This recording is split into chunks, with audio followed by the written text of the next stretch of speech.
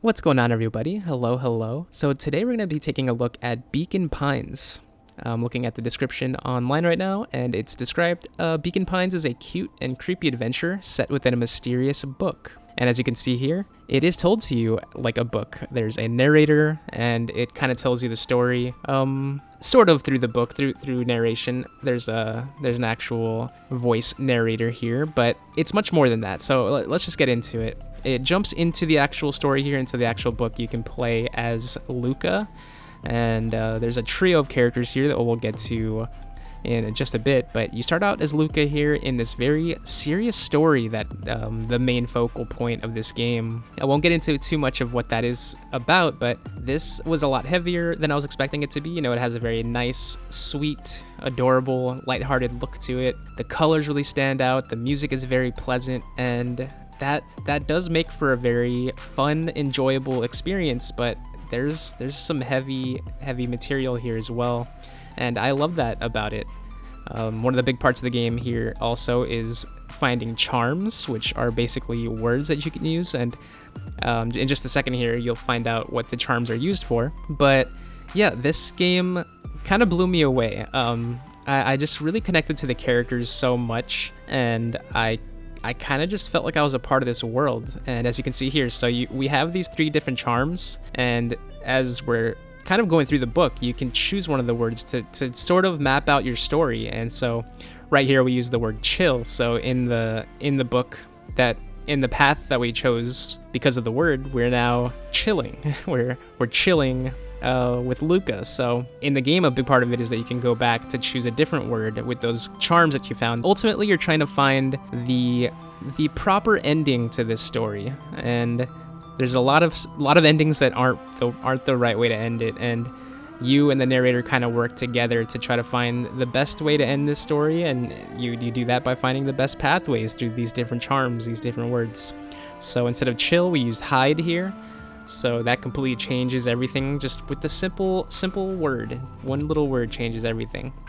And that's a really nice way of looking at it.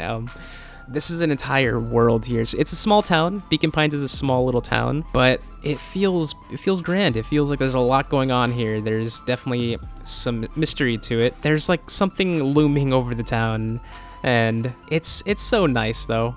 At the same time, this is very lighthearted, and maybe a lot of that is the music. It puts you in a good mood. It put me in a good mood while I was playing it, and the characters are adorable. I mean, the designs of everybody, the art design, it's just very sweet and charming. There's no really better word than that.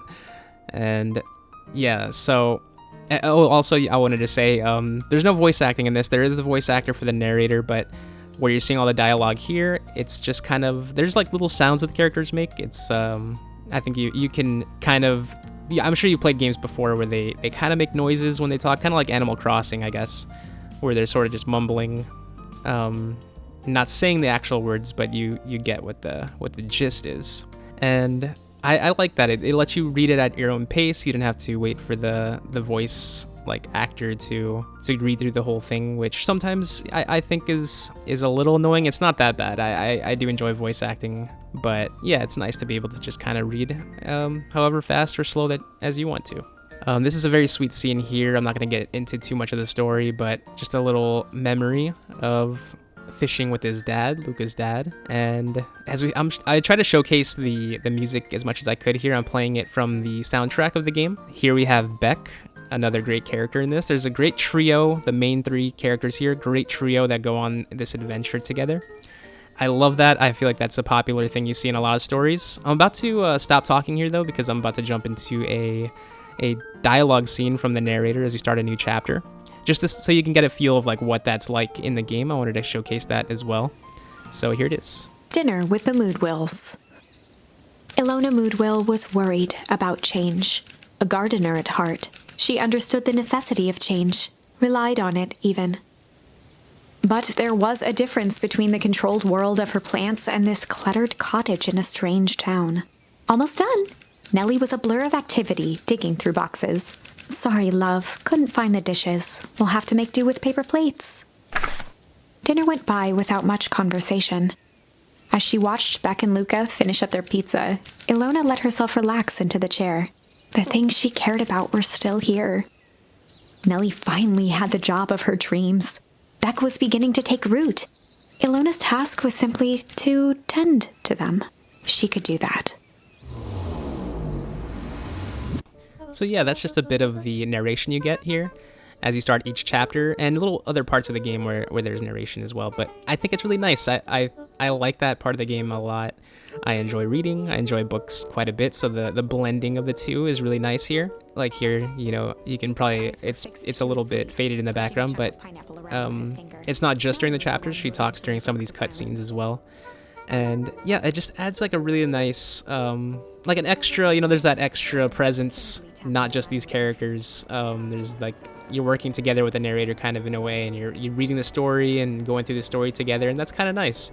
And look at that shot here too. It's just, you're obviously seeing the main focal point of this scene is them in Beck's room, but the fact that it's kind of just floating in space, it's a little thing, but I love that. And at night, the colors really stand out too, the lights. I love this game so much, and the music is amazing. I can't say enough about it. I did not know what to expect with this one. I didn't know anything about it at all. I just saw it on Game Pass and decided to download it, and it completely won me over. I had a blast. I went through it. It's not a super long game. This is about 5 hours, so I played through it in maybe a weekend. It was maybe a little bit longer than that, but I wasn't playing a ton of it every day. It was just kind of an hour here, an hour there. But you know, even the cover of the game has like there's a sort of dark feel to this, and it's maybe like it's like kind of like there's something scary that's gonna happen. This is not very scary. I think this is mostly geared for kids, maybe slightly older kids,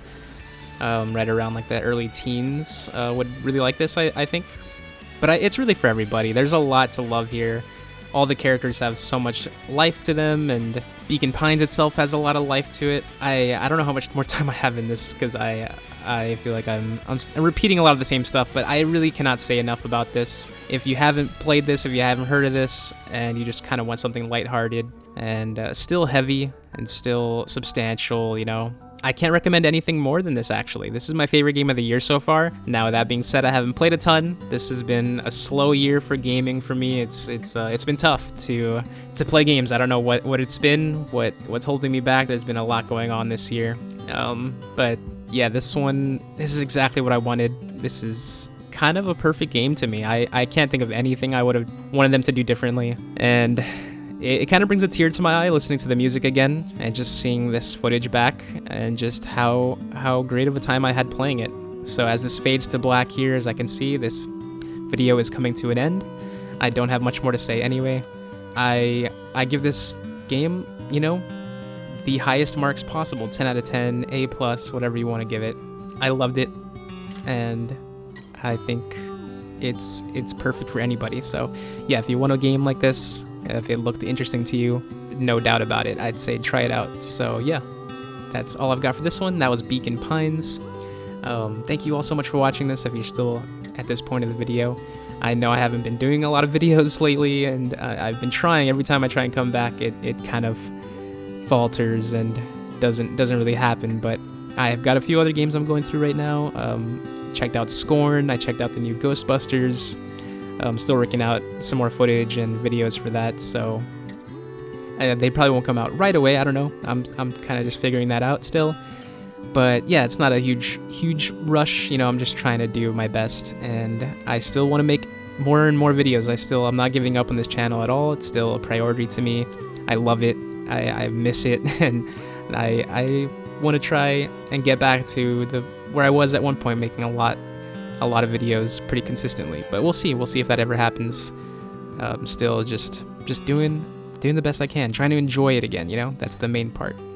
So again, thank you all so much. I hope you're all doing well out there, and I hope to see you all in the next one. Until then, take care.